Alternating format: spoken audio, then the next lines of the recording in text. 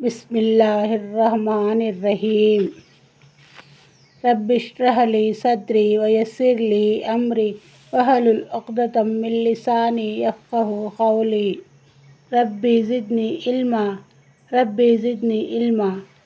السلام علیکم ورحمۃ اللہ وبرکاتہ۔